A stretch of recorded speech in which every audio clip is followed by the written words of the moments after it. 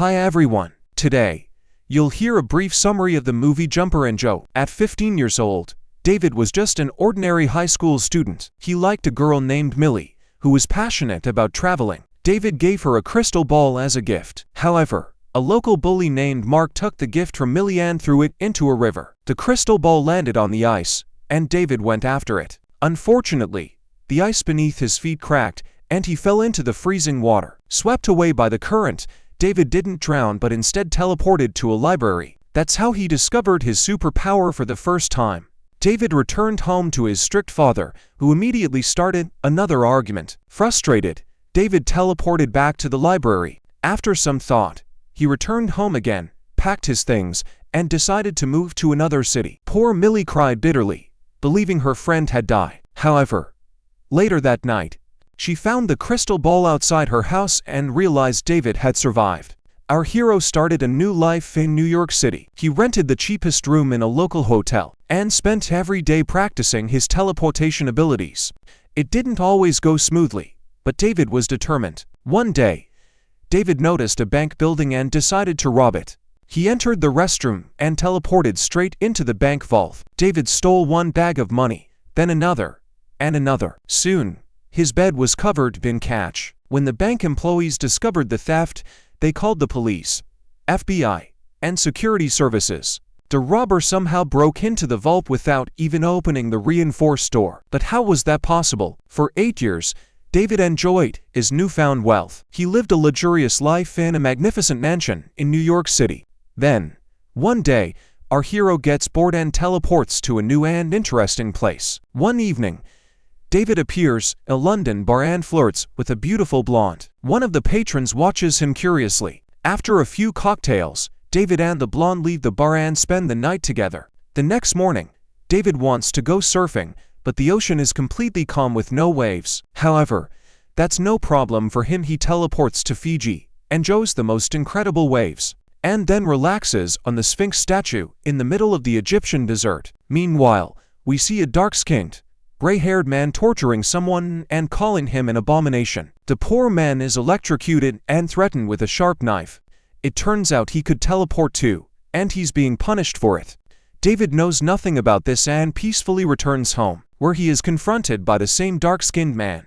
His name is Roland, and he is the leader of the Paladins, a religious organization that considers teleporters to be agents of the devil and seeks to destroy them. Roland has special electroshock equipment, which he uses to capture David. The electric shocks are so powerful that David can't teleport. Roland pulls out his weapon, but with great effort, David manages to teleport back to his childhood home, even taking a couple of bags of money with him.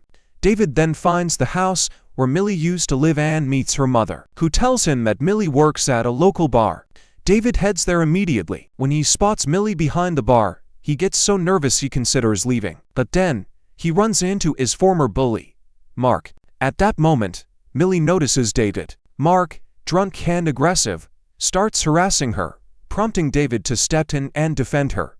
A fight breaks out between David and Mark. They throw punches so wildly that, at one point, David accidentally teleports them both into a bank vault. Or was it not an accident? In any case, David returns, leaving Mark behind in the vault. He then has a pleasant chat with Millie, lying that he works as a financial analyst.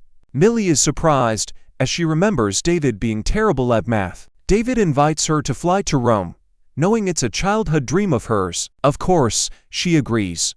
Meanwhile, Roland visits Mark in prison, interrogating him under the guise of a security officer. He learns that it was David who teleported Mark into the bank. David and Millie, now in Rome, check into a luxurious hotel. Millie begins to suspect that an average financial analyst couldn't possibly earn so much money. But David doesn't reveal his secret. They explore the city together and eventually arrive at the Colosseum. Unfortunately, it's already closed. While the guards are distracted, David teleports inside and opens the gates to let Millie in secretly. The two become the only visitors inside the Colosseum. Thanks to David, they even access restricted areas and wander through the labyrinth-like passages. At one point, David steps aside to teleport and open another door, but unexpectedly encounters the man he noticed earlier at the bar. It turns out this man, named Griffin, is also a teleporter. Griffin doesn't see David as an enemy and warns him that he's in great danger. Before long, paladins, led by Roland, arrive at the Colosseum. David tries to teleport but is quickly captured. Griffin, however, is more agile, dodging his enemies with lightning-fast movements. He not only saves himself, but also manages to rescue David. Griffin explains that the paladins are hunting teleporters, while he, in turn, hunts the paladins.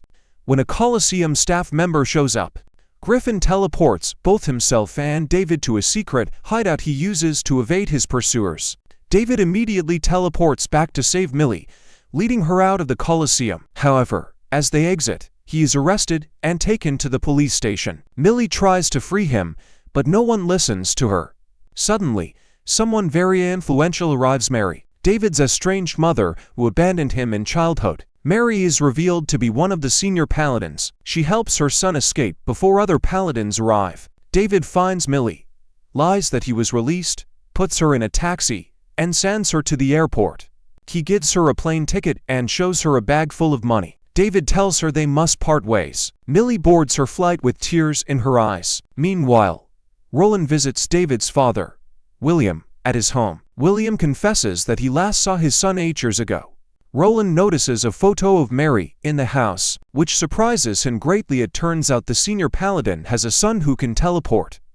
David teleports to Griffin's hideout, where he learns that the paladins have been hunting teleporters for centuries. Later, David returns to his childhood home to find his father collapsed on the floor. He teleports him to the hospital, begs the doctors to save him, and then visits Griffin again, asking for help in defeating Roland and protecting Millie.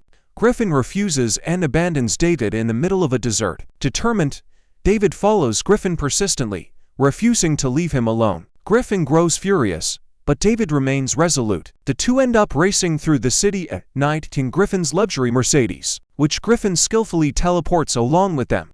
Griffin, who has been teleporting since he was 5, demonstrates impressive mastery of his abilities. David hurries to the airport and learns that the flight from Rome landed an hour ago.